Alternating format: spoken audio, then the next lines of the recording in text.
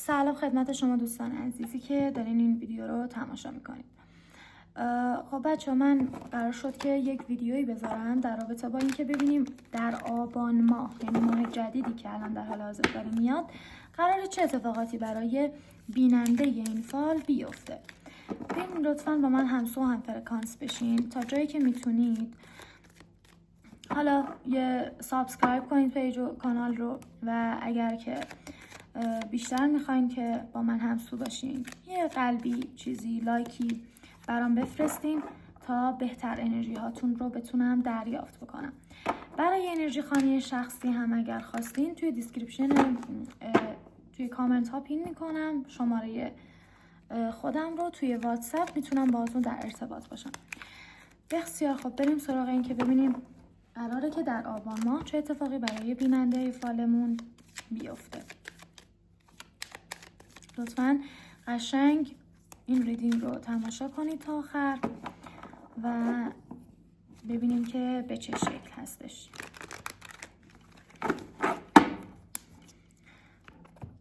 خب من نیت میکنم واسه بیننده فال میخوایم ببینیم که قرار در آبان ماه چه اتفاقی براشون بیفته. بسیار خوب، دو تا کارت پشت هم با هم در اومدن. خب خیلی هم عالی. یک برنامه‌ای در گذشته داشتین، توی فکرتون چیزی ذهنتون رو درگیر کرده بوده که بین 2 تا 6 وعده آینده، که 2 تا 6 وعده زود یعنی نزدیک، یعنی حد اکثر تا 2 یا 6 هفته آینده براتون توی اون هدفی که دارین موفقیت رو میبینن، یعنی دقیقاً خوشحالی و پیروزی رو دارین و حتی شاید به خاطرش جشن هم بگیرید. یک برنامه‌ریزی داشتین که این برنامه‌ریزی به نوعی باعث میشه که شما به اون چیزی که میخواید برسین و موفق بشید. و چیزی که هست اینه که تا 2 وعده آینده یک خبری هست که مثل توپ برای شما میترکه و شما رو خوشحال میکنه. دوستان شاید سفری برین که این سفر یک سفر راه دور هست که شاید دریایی باشه، شاید شمال باشه، و بذارید من ببینم که آیا سفر هست، یا اگر که سفر هست چه جوریه. میتونه هم یک برنامه‌ای باشه، چیزی، یک هدفی، یا خیلیاتون شاید دارین این ریدینگ رو میبینید میخواید ورزشکارین یا میخواین ورزش رو شروع کنید و منتظر یه سری از خبرهایی هستید که باعث بشه حالتون بهتر بشه.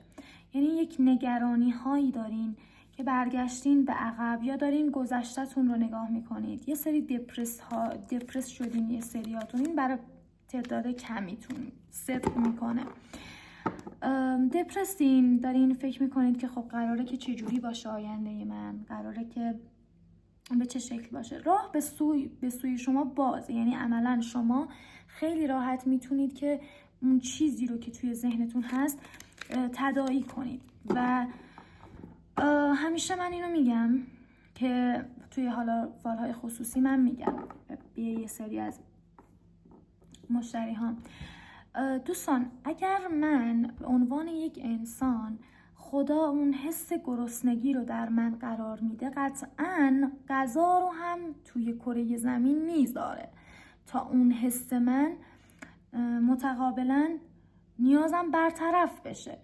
بنابراین اگر شما چیزی توی ذهنتون هست که به خاطرش برنامه ریختین، مطمئن باشین که حالا با توجه به فالی که دارم براتون میگیرم و کارت هایی که داره میفته، داره اون سعادت و موفقیت شما رو تضمینی میگه که هستش، جای نگرانی نیست. اما یه مقدارم باید صبر و حوصله داشته باشین در این زمینه و عجول نباشید. خیلی سریع اتفاق میفته.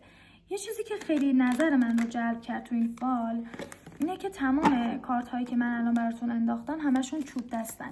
چوب دست یعنی این که شما فردی هستی که خیلی جذابیت دارین، یا یک جذبه ظاهری دارین، احتمالاً یک فرد کاریزمایی هستین و حتی میشه گفت برای یه سری از آدما خیلی ایدئالین یا حتی برای یه عده الگو به حساب میایین. یه سری ها هستن توی کاراتون میخوان براتون موش بدمونن، اجازه ندن که شما موفق بشین، یه جورایی شما رو انرژی خاری کنن، به قول یه سری ها میگن انرژیت رو بگیرن که تو این اجازه رو بهش نمیدی. یعنی در واقع انقدر قوی تر از اون حرفایی که این انرژی رو بهش نمیدی، این اجازه رو بهش نمیدی. بریم ببینیم که آیا از نظر مالی میخوام ببینم چه اتفاقاتی میفته. خب.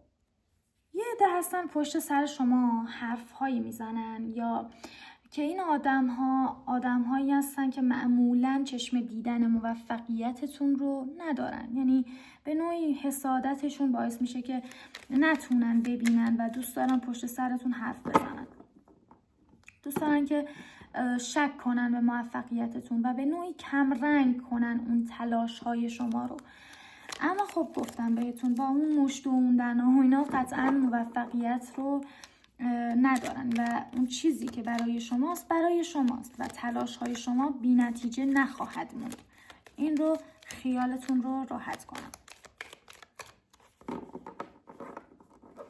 خب بریم ببینیم که به چه شکلی. ببینید در گذشته شاید این افراد یا شاید یه سری از آدم‌ها یه ناراحتی هایی در شما ایجاد کردن یا دلخوری هایی براتون پیش اومده. شاید از افرادی انتظاراتی داشتین که این انتظارات برآورده نشدن و به نوعی شاید ضربه خوردین ازشون.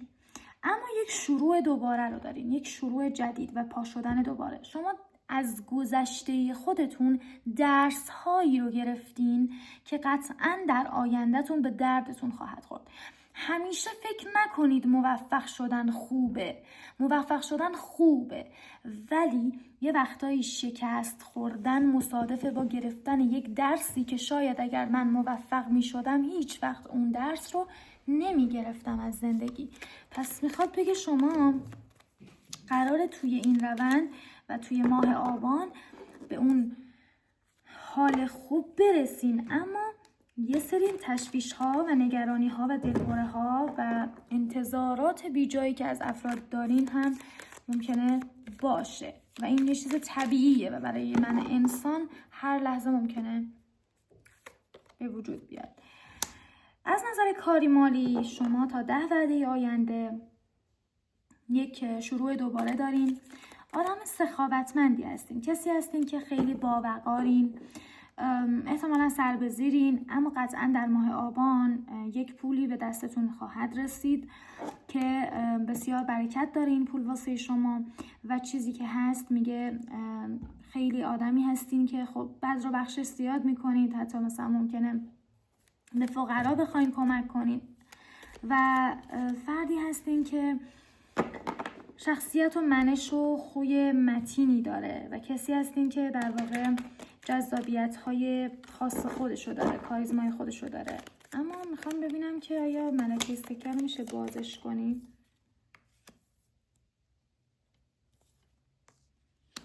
خب ببینید چیزی که هست با کارت Eight of Pentacles و کارت اشتباه گفتم Two of Pentacles دارم بهتون میگه که ببینید یه سری از نظر مالی شما باید سعی کنید اموالتون رو، چیزی که به دستتون میرسه، اون پولی که به دستتون میرسه رو سبک سنگین کنید، مدیریتش کنید. اون برنامه ریزی که باید انجام بدین رو خودتون داشته باشین تو ذهنتون، که اگر نداشته باشین ممکنه بقیه براتون تصمیم بگیرن و بخوان اون پول رو خرج کنن. سعی کنید که مثلا تو فضای مجازی ممکنه که یه سری پیام هایی برای شما بیاد که باعث ناراحتیتون بشه، ولی میگه بی خیالش بشین و اصلا اجازه ندین کسی بخواد انرژی شما رو سر چیزهای بیهوده و خال زنک بازی هاشون بگیرن. اما شما فکر میکنم که حالا یا رشته‌تون حسابداریه یا در واقع یه چیزی تو این مایه ها، باید سعی کنید مراقب پولاتون باشین که بتونید اونو سرمایه گذاریش کنید یا به نوعی برای اینکه بتونید که حالا بیشترش بکنید باید سعی کنید، حالا نمیگم ترید و مثلا این بیزینس و اینا، چیزی که داره به من میگه اینه که اون مدیریت، اون هوش مالی و اقتصاد رو باید داشته باشین. آگاهیتون رو بیشتر کنید و حواستون باشه که این پول از دستتون در نره. و این چیزی بود که توی ماه آبان برای شما دوستان عزیز دیدم که قرار اتفاق بیفته. تا 2 وعده خیلی زود هم به هم داره این رسیدن این پول به دست شما رو میگه. خیلی خوب، خیلی خوشحال شدم از اینکه با هم دیگه همراه بودیم و امیدوارم که خوشتون اومده باشه. اگر که واقعا باهاتون صدق میکرد لطفاً به هم بگید. اگر پیشنهادی در رابطه با فالها دارین، دوست دارین که جور دیگه باشه، حتما به من بگین که من بتونم دفعه بعد یک فال بهتری براتون بگیرم تا شما بهتر خوشتون بیاد و دوستش داشته باشین. این دومین فیلمیه، یعنی ویدیویی که دارم آپلود میکنم توی یوتیوب. انرژی خانی شخصی هم داریم که قطعا مصادفه با اینکه شخصیه و برای خودتون صرف میکنه و خیلی بهتر میتونم انرژی خودتون رو بگیرم دیگه، عمومی نیستش اینجوری. حالا اگه دوست داشتین میتونید که سابسکرایب کنید، ویدیو رو لایک بکنید و در فالهای بعدی هم با من همراه باشید. خیلی هم ممنونم ازتون.